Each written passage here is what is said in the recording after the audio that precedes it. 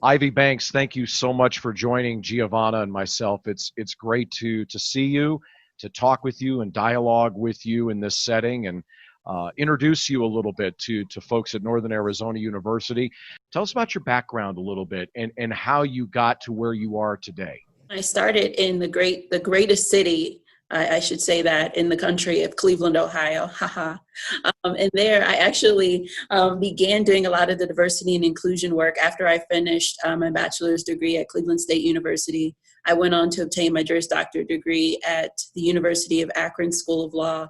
And it was there that I actually approached the dean of the law school and said, why are we having so many issues with respect to students of color completing either their first year or passing the bar exam? And we began coffee discussions. And from there, he said, why don't we just give you a job? It seems like you know all of these great things and that you have a great liaison with students. So I began working with students in the law school arena.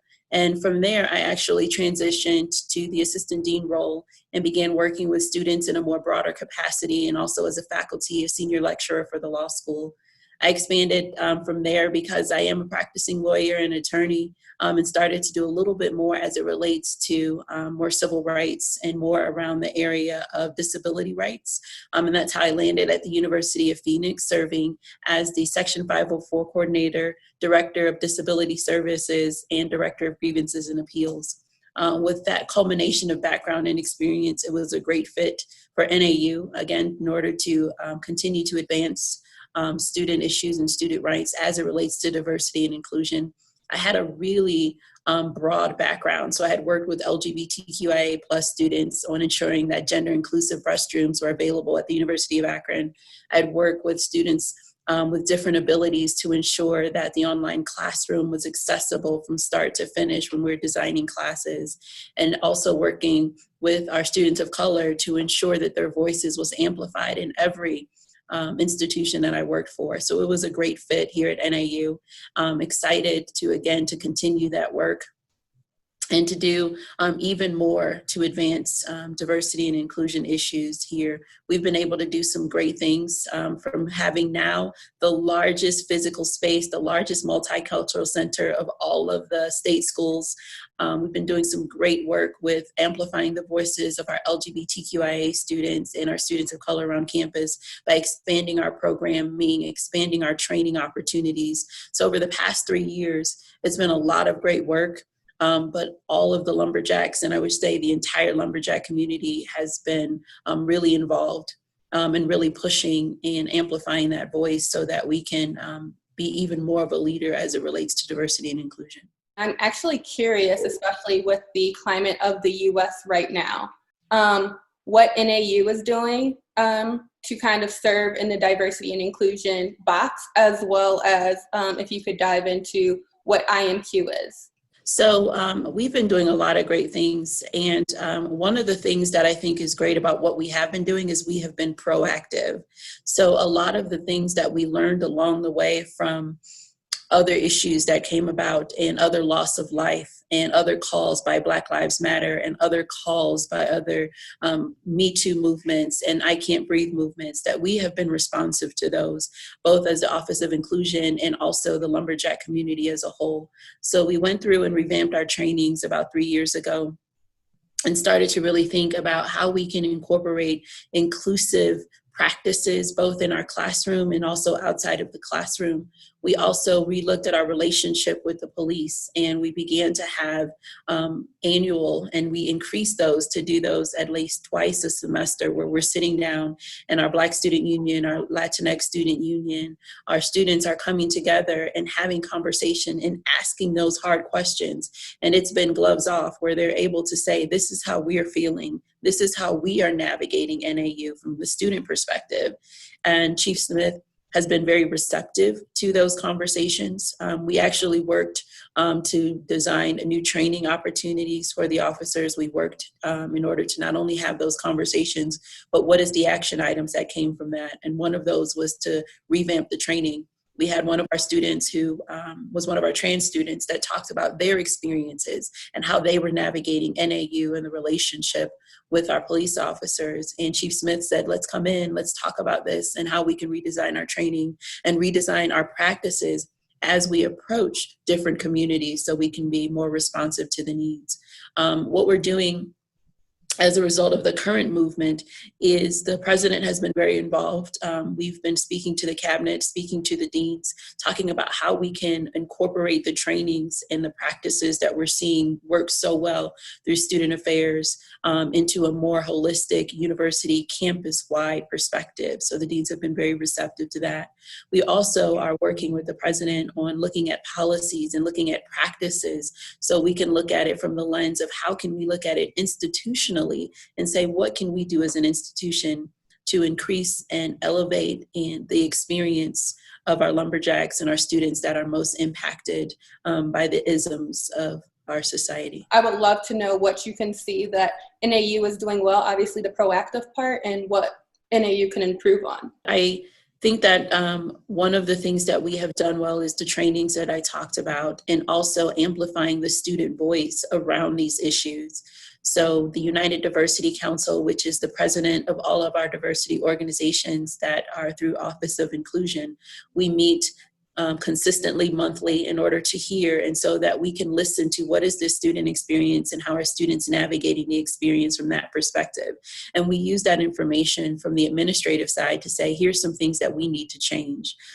Most of the administration has been very receptive to that, from hearing from the student perspective. One of the things that recently came up, and we saw that was an opportunity, is to diversify the voice as it relates to ASNAU and other ways to amplify that voice for students.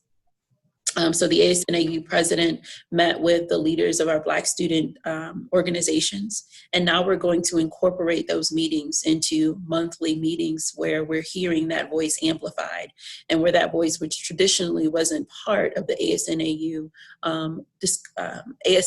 body, is now a part of that. And we're also expanding that to our Native American Indigenous voices, as well as our Hispanic, Latina, Latino, and Latinx voices, so we can continue to amplify that voice, because I think that's one of those opportunities that's still on the table for us. How can we better listen to our students, and not only listen to our students, but incorporate what they're asking us to do and show that action? So that's one of those areas that we're trying to do more and be more proactive in ensuring that student voice is amplified, and not only amplified in that we're listening, but we're also taking action as needed and doing all that we can to make, again, this a more inclusive experience for our students. Ivy, I'm curious about the IMQ and the Office of Inclusion. How unique is that? How fortunate are we here at Northern Arizona University to be able to have something like that and join other universities in having an Office of Inclusion, IMQ, that services all of the inclusive issues and folks and students that are on a campus as large as a Northern Arizona University? I would say that multicultural and diversity offices aren't unique to universities and institutions. What is unique about our Office of Inclusion is that we incorporate multicultural and LGBTQIA. So we're amplifying voices and unique voices on our campus. We also are uniquely situated as it relates to being able to support and serve students. From our inclusion and diversity scholars, we support 650 first-year students and ensure they have one-on-one mentoring. So when you come to NAU as a first-year student, we are already going to have something ready for you so that you know that you belong here from day one. You can have a student that went through the same experience or similar experience that's there for you, that can help you navigate the NAU experience as a first-year student. We also have a wonderful relationship with our ethnic studies department. And the great thing about that, which is unique, is the opportunity to bring forth programming that weaves the classroom experience into the curricular experience so students can see it from multiple different lenses. So have a great relationship. And again, to be able to expand and amplify that voice in those programmings is something that's really unique to NAU. So I'm curious to know, why is something like IMQ needed? Like, why is it so important to have this program? One of the things that has been around since Brown versus Board of Education is one of the things that we saw in higher education is we opened our doors for access. And access was the key word used over and over and over again. But one of the things that was an opportunity that we missed in higher education at that time was ensuring that our students had a sense of belonging and they found a home and they had representation, because representation matters. For our students in IMQ, if you come in there at any time throughout the week, while we're open 8 a.m. to 8 p.m. daily, you'll be able to see students engaging in their culture, their songs, and you're also sharing food and sharing stories and sharing perspectives. So it's a great space to be able to come and learn about all of the different unique students and the diversity that we have on our campus. You see it represented in the photos. You see it represented in all of the different LGBTQIA plus flags that we have represented. So a student can see themselves here. Historically, that has been one of the things that ostracize students of color and LGBTQIA students on campus for not having that type of representation. And again, by having a center that says Q Unity, and boldly displays that culture and your identity is important and matters, that you're not just a lumberjack, you are your own unique lumberjack, and we value that. So that's why that office, that representation, that voice, that physical space is so important to our students, and why they camp out there all day, why they have lunch there, why they have their students' meetings there, and why you see them studying there in between classes, because it's just like home. Ivy, can you give us an update on the NAU Diversity Strategic Plan? There's been a lot of work on that, and I think a lot of folks would probably be surprised to know that there is such a plan that has been worked on here at Zone University. It doesn't get, I think, as much attention as perhaps it should. Can you give us an update on where things stand with that, and why is that so important? Part of the reason why the Diversity Strategic Plan is so important, because it gives us that roadmap. It shows us where we are today, and it gives us, here's what we need to do, the steps in place that we can implement, both strategically from a university perspective, also from a college and divisional perspective, those steps, those roadmaps that are so important for us to achieve inclusive excellence. And in order for us to get there, one of the things that's unique about our Diversity Strategic Plan is it's individual, right? It's what I can do for the university and what I need to do, but it's also collective. What do we need to do as a department? What do we need to do as a college? What do we need to do as a division? So I think that roadmap is important, again, because it captures where we are, but it also shows us where we can go if we collectively all get behind it. Gabe Montano and the Office of Equity and Access have been doing great work. And for the past 3 years, it has been a labor of love. It has just been completed over the past few months and over the spring semester of 20. So we are launching, or I should say Gabe Montano, our diversity fellow, will be launching the Diversity Strategic Plan this fall and going through and really ensuring that that is visible. Ivy, I really want to ask you to get into the diversity dialogues that you and your team have initiated here at Northern Arizona University. They've been powerful, educational, fascinating, interesting, provocative. Tell me about those. Where did that idea come from, and why has that been such an important part of what the team have been doing lately? The diversity dialogues actually began after the George Zimmerman and Trayvon Martin, and we began to have the conversations in IMQ and in the space because students needed a space to be able to talk. When we see these things happening on social media and we don't have a space to be able to say more than just the few words that we can on Twitter or on Facebook or on Instagram, then it's hard to be able to have what's important, and that is a dialogue, to be able to talk through the feelings, to talk through the emotion, and to say, how do we move forward from here? So we use those as an opportunity, and we've been using those for the past 3.5 years. And we do it at least twice a month.